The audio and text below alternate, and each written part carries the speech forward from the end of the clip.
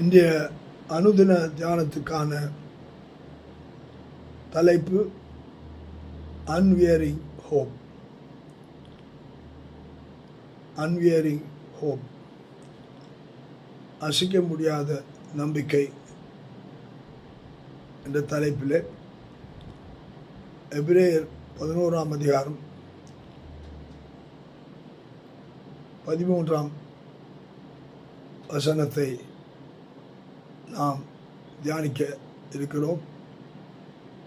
அந்த வசனம் இப்படியாக சொல்லுகிறது. எபிரேயர்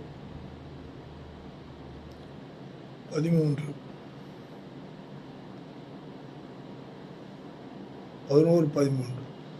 11ஆம் அதிகாரத்திலே 13ஆம் வசனம் வாசிக்கட்டும். அங்கே கடைசியாக பார்க்கும்போது, நம்பி அணைத்து கொண்டு பூமி மேல் தங்களை அந்நியரும் பரதேசிலும் என்று அறிக்கையிட்டு விசுவாசத்தோடே மரித்தார்கள்.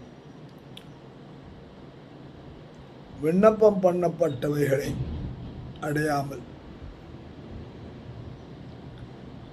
இங்கே பார்க்கிற ஒரு காரியம், ப்ராமிஸ்ட்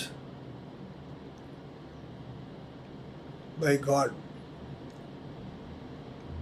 ஆங்கிலத்தில் பார்க்கும்போது, and embraced them and confessed that they were strangers and pilgrims of the earth. அவர்கள் மரித்தது விசுவாசத்தில் ஆனபடினால் அவர்கள் விசுவாசத்தினாலே அசைக்க முடியாத அந்த நம்பிக்கையில் அந்த பரமகாணனை அடைவோம் என்ற அந்த வாக்குத்தத்தத்துக்கு தங்களை ஒப்பு கொடுத்தார்கள். நாமும் அசையாத நம்பிக்கையோடு கூட அந்த வாக்குத்தத்தத்தை பெற்றுக்கொள்வோம். அதிலே பரமகாணனுக்கு நாம் சேர்வோம். கர்த்தர் நம்மை ஆசீர்வதிப்பாராக. ஆமென்.